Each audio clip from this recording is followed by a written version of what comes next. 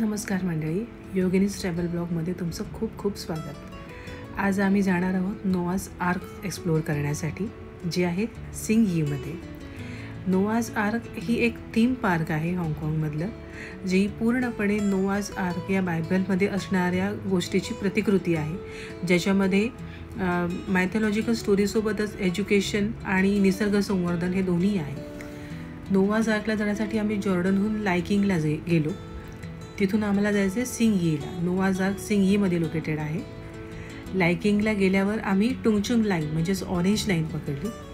तिथून आम्ही जाणार आहोत सिंगहीला.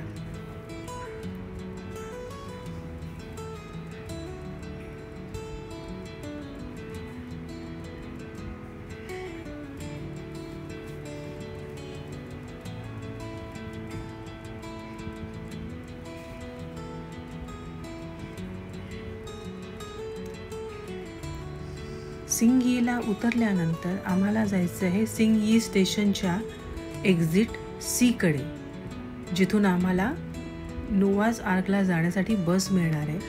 जसं की तुम्ही बघताय, आम्ही ऑक्टोपस कार्ड वापरतो आहे पूर्ण प्रवासासाठी. MTRसाठी आम्हाला हे कन्व्हिनियंट आहे. अगदी बसमध्ये, रेस्टॉरंटमध्ये, 7-11मध्ये सगळीकडे हे कन्व्हिनियंट आहे. ज्या स्टेशनवरून बसतो त्याच्या सुरुवातीला आणि ज्या स्टेशनला उतरतो त्याच्या शेवटी एक्झिटला हे टॅप करायचं. आपले पैसे बरोबर डिडक्ट होतात. आम्ही सर्वच जण उत्सुक होतं इथे काय आहे. एक्झिट सीला आम्ही आलो. बाहेरच बस स्टॉप आहे. इथून आम्हाला 330 म्हणजे 330 नंबरची बस मिळणार होती. ती आम्हाला लगेच मिळाली. यातही आमचं ऑक्टोपस कार्ड वर्क झालं. साधारण 9 ते 17 मिनिटांचा हा प्रवास होता. सिंगहीमध्ये एक मा वॅन आयलंड आहे, तिथे हे सिच्युएटेड आहे, जिथे नोआज आर्क रिसॉर्ट आणि नोआज आर्क थीम पार्क दोन्ही आहे. आम्ही थीम पार्कला गेलो होतो.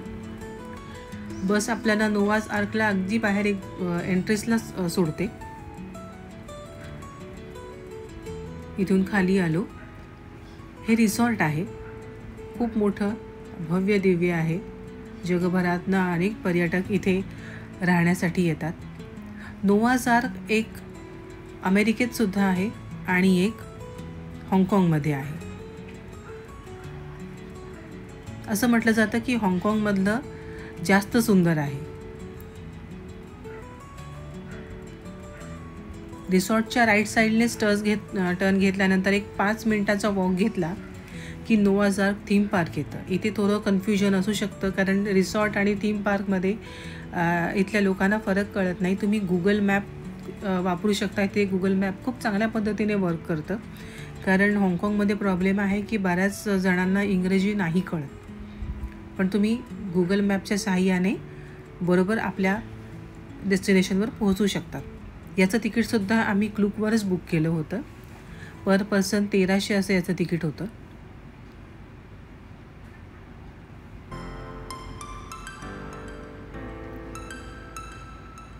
शक्यतो आम्ही हाँगकाँगमध्ये असे प्लॅन केले आहेत की जेणेकरून लहान मुलं जास्त एन्जॉय करतील. आमच्यासोबत लहान मुलं असल्यामुळे आम्ही त्यांच्यासाठी जास्त त्या पद्धतीनेच प्लॅन केलं होतं. त्यातलंच एक नोआज आर्क आहे. याबद्दल खूप जणांना माहिती नाही आहे.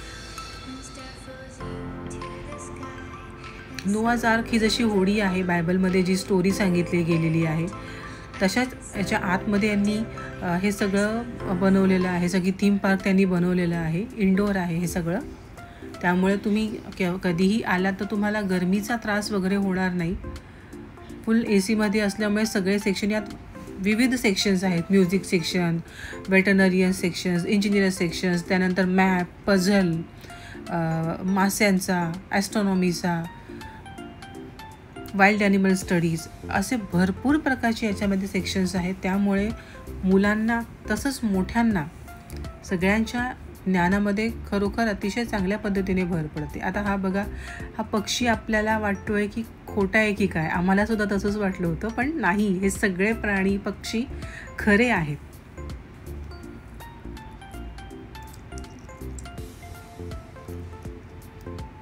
इथे प्रत्येक प्रजातीबद्दल त्यांचे फोटोज तसंच त्यांच्याबद्दल माहिती लिहिलेली आहे की यांचं वयोमान किती असतं, हे कुठे आढळतात, त्यांचा प्रजनन काळ कोणता, कुठला प्राणी अंडी घालतो, कुठला प्राणी पिल्लांना जन्म देतो, असं सगळ्या पद्धतीची माहिती याच्यामध्ये प्रत्येक सेक्शनजवळ दिलेली आहे.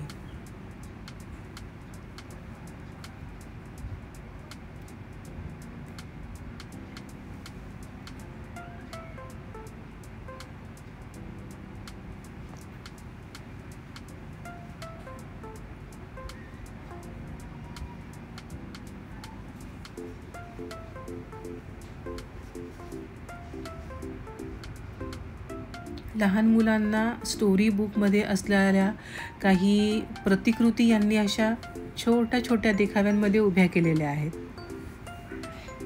फार गोड वाटतात या.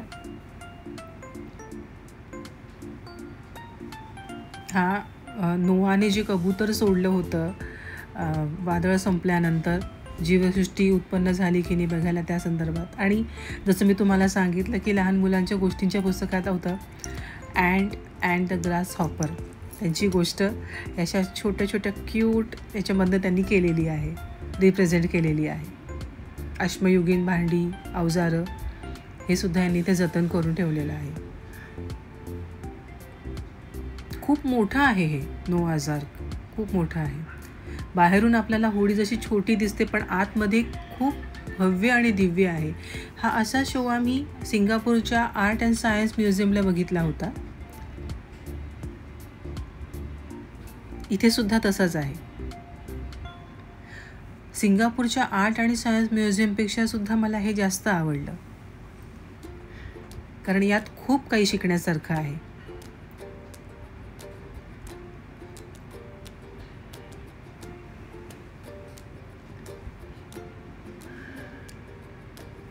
फ्युचर आर्कमध्ये काय असणार आहे, कसं असणार आहे, बायनॅक्युलर्स, अंतराळातल्या काही गोष्टी, हे सगळं काही याच्यामध्ये ह्या सेक्शनमध्ये दिलेलं आहे.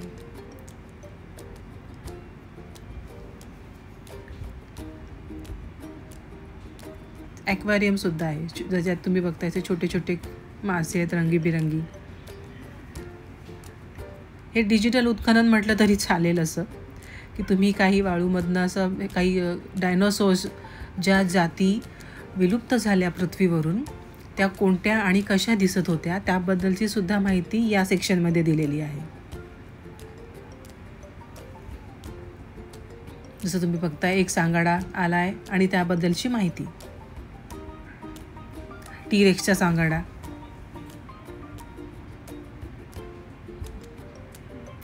आणि ही जे दिसतंय आपल्याला अंडी, हे सगळे डायनोसॉरचा सगळा सेक्शन आहे हा, की कुठले कुठले डायनासोर आणि कसे होते. आणि त्यात थोडं एंटरटेन येण्यासाठी त्यांनी असे काहीतरी स्टॅम्प्स, वुडन स्टॅम्प्स खाली अटॅच केलेले आहेत टेबलला. पेपर्स घ्या आणि कलर घेऊन तुम्ही त्यावर गिरवा की ते बरोबर उमटेल त्या डायनासोरचं चित्र, आणि तुम्ही ते आपल्या घरी घेऊन जाऊ शकता. लहानांसोबत मोठेसुद्धा हे ॲक्टिव्हिटीज एन्जॉय करताना दिसतात. आता जसं आमच्या इथे हा लाडू करतो आहे, पण त्याचबरोबर लाडूचे बाबासुद्धा ह्या ॲक्टिव्हिटी खूप एन्जॉय करतात. ते लाडूपेक्षा त्यांनीच जास्त एन्जॉय केली. 2 प्रकारचे डायनासोर त्यांनी ड्रॉ केले, खूप खुश होते. हे डायनासोरची अंडी आहेत. कुठल्या डायनासोरच्या अंडी कशी होती, त्याचा साईज कसा असायचा, ही सगळी माहिती दिली आहे. जसं की तुम्ही बघताय ही सगळी माहिती लिहिलेली आहे. हा पूर्ण दिवसाचा टूर आहे, हाफ डे टूर वगैरे हा होणार नाही, कारण सेक्शन खूप आहेत आणि मोठे मोठे आहेत. प्रत्येक बाजू समजून घ्यायला तुम्हाला वेळ लागेल. एकेका सेक्शनला साधारण अर्धा तास लागेलच तुम्हाला. अर्थात तुमचा इंटरेस्ट कोणत्या गोष्टीमध्ये आणि कसा आहे त्यावर आहे. आता हे बघा, हे पूर्ण जे आहे ॲस्ट्रॉनॉमी, याच्यामध्ये काही रॉकेट्स आहेत, स्पेसशिप्स वगैरे, असं भरपूर काही गोष्टी आहेत शिकण्यासारख्या. कुठल्या देशाने कोणत्या साली कोणता उपग्रह याच्यामध्ये सोडला, अंतराळामध्ये सोडला, त्याबद्दलची माहिती, हे सगळं काही आहे. ही सौरमाला आपली, सोलर सिस्टम ज्याला आपण म्हणतो, कुठला ग्रह कुठे लोकेटेड आहे. अर्थात यावर ना तिथल्या वायूचा म्हणजे तिथल्या हवेचा आवाज कसा येतो हे दिलेलं होतं.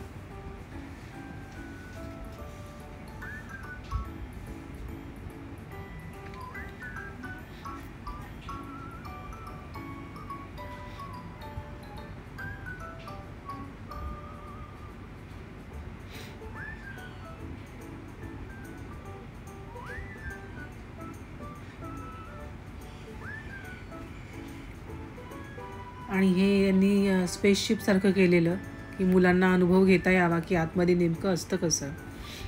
आणि त्यानंतर साधारण 1 वाजता इथे शो असतो. नोआज आर्कबद्दल ही गोष्ट सांगितली जाते मूवीच्या माध्यमातून की नोआ नावाचा देवाचा एक अतिशय लाडका भक्त होता.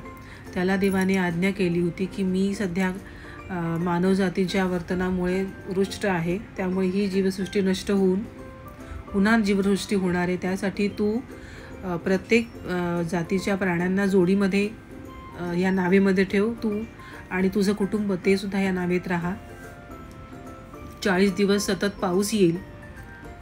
40 दिवसाच्या नंतर मी जेव्हा तुला आज्ञा देईल त्यावेळेला तू ही नाव उघडायची. 40 दिवसानंतर नोआने जीवसृष्टी झाली आहे का हे बघायला कबूतर बाहेर सोडलं, पण त्याला काहीच हाती आलं नाही. मग थोडे दिवस थांबून पुन्हा नोआने दुसरं कबूतर आकाशात सोडलं, पण तो मात्र जीवसृष्टी आल्याचं पुरावा घेऊन आला होता. ऑलिव्हचं तो पान घेऊन आला होता, जिवंत पान. त्यानंतर मग पुन्हा आकाशवाणी झाली की तुझं कार्य पूर्ण झालं आणि आता तुम्ही जमिनीवर यायला हरकत नाही. आणि अशा प्रकारे पुन्हा जीवसृष्टी निर्माण झाली. अशा प्रकारची कथा बायबलमध्ये आहे दिलेली. आणि त्याच्यावरच आधारित नोआज आर्क हा थीम पार्क बनवलेला आहे. याच्या आतमध्येच त्यांनी मग जशी आपण सांगितलं सगळ्या प्राण्यांची माहिती, सगळ्या प्रकारच्या सेक्शन म्हणजे जसं की आपण म्हणू शकतो लहान मुलांचे खेळ झाले, प्राणी झाले, मानवजातींबद्दल काही माहिती, अश्मयुगाची काही माहिती, हे सगळं काही यामध्ये आहे. आणि भविष्यात सुद्धा मानवजातीचं कसं असणार आहे ते सुद्धा आहे. लहान मुलांसोबत मोठ्यांसाठी बाहेर सुद्धा काही गेम्स आहेत.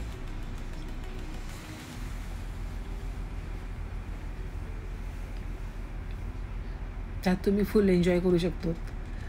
संदीप भाऊजी आणि रुपाली ट्राय करतायत सायकल चालवायला. आम्ही सुद्धा ट्राय केलं. आम्ही कसं अपवाद असणार होतो, आम्ही सुद्धा ट्राय केलं. रडत रगडत सावरत ती राईड आम्ही पूर्ण केली. मुलं तर जाम खुश होती.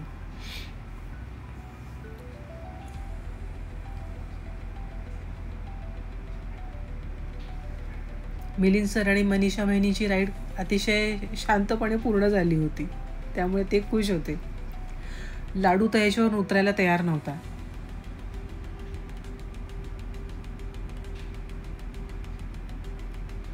हळूहळू आम्ही सुद्धा याच्यामध्ये प्रो झालो सायकल चालवण्यामध्ये. अर्थात आम्ही म्हणण्यापेक्षा राजेशच, मी तर मस्त मागेच बसले होते.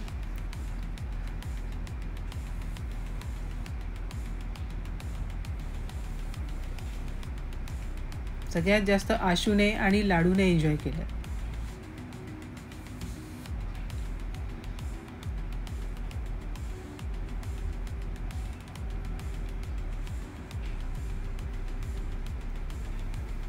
त्यामुळे मोठ्यांना सुद्धा एन्जॉय करण्यासारखं खूप आहे इथे. म्हणजे फॅमिली एंटरटेनमेंट आहे इथे पूर्ण. असं काही नाही की लहान मुलांसाठीच आहे म्हणून. नंतर आम्ही पुन्हा आतमध्ये आलो, पुढच्या सेक्शनसाठी वळलो. इथे काही 3D शो दाखवणार होते एज्युकेशनल.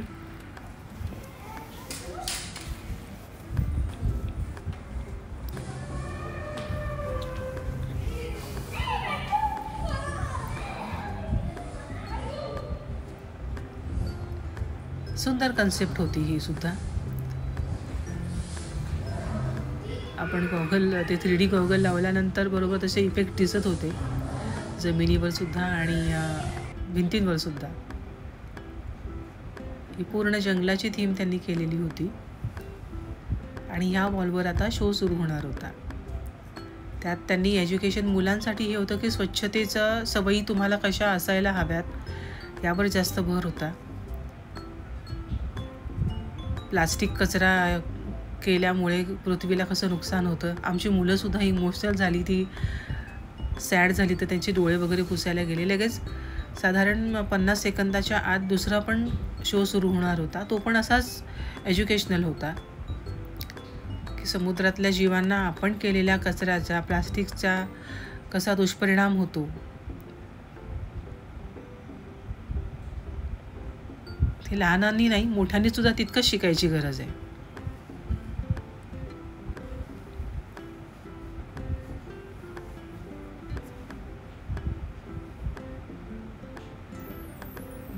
ह्या सेक्शनला जसं लहान मुलांनी आपले चित्र काढायचे, चित्र तयार असतात, तुम्ही फक्त पेंट करा आणि स्कॅनर खाली ठेवा आणि ते स्कॅन झाल्यावर लगेच भिंतींवर हे जसं तुम्ही बघताय. आमच्या आर्याने आणि लाडूने दोघांनीसुद्धा बस आणि रिक्षा रंगवल्या होत्या. ते स्कॅन केल्यानंतर आल्या. म्युझिक सेक्शनला वेगवेगळे इन्स्ट्रुमेंट्स होतेच. त्यात लाडूने सुद्धा ट्राय केलं पियानो वाजवण्याचा.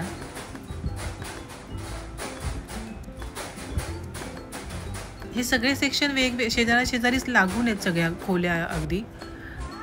आता जसं तुम्ही बघताय की ह्यातून तुम्ही आपला स्वतःचा स्टॅम्प इथे निर्माण करू शकता. जसं लाडूने केला आणि ह्याची गंमत मग राजेशने सुद्धा आवरले गेल्याने म्हणाले मी सुद्धा करून बघतो. त्यांनी सुद्धा केलं. मोठी माणसं सुद्धा लहान होऊनच इथे सगळं काही विसरून एन्जॉय करायला लागतात.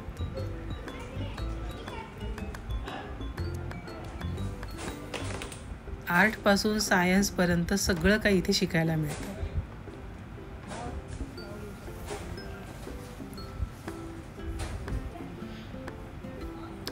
आता हे याला आपण भूगोल म्हणू शकतो, वर्ल्ड मॅप. आणि मॅप म्हटला की लाडू पहिले हजर असतो. आणि ही आमची छोटीशी आर्या त्याला मदत करत होती. मुलं यामध्ये गुंतून राहतात. सगळ्यात महत्त्वाची गोष्ट म्हणजे शिकतात सुद्धा, गुंतून सुद्धा राहतात आणि त्यामुळे मुलांना आवड निर्माण होते. नवीन गोष्टी एक्सप्लोअर करण्याची, बघण्याची, समजून घेण्याची.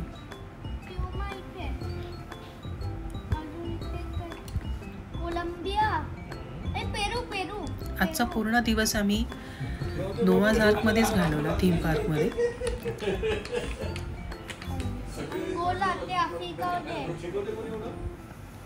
तुम्ही सुद्धा याला नक्की भेट द्या. जेव्हा कधी हाँगकाँगला जाल तेव्हा ह्या पार्कला तुम्ही नक्की भेट द्या. आजच्या पुरती इतकंच. थँक्यू.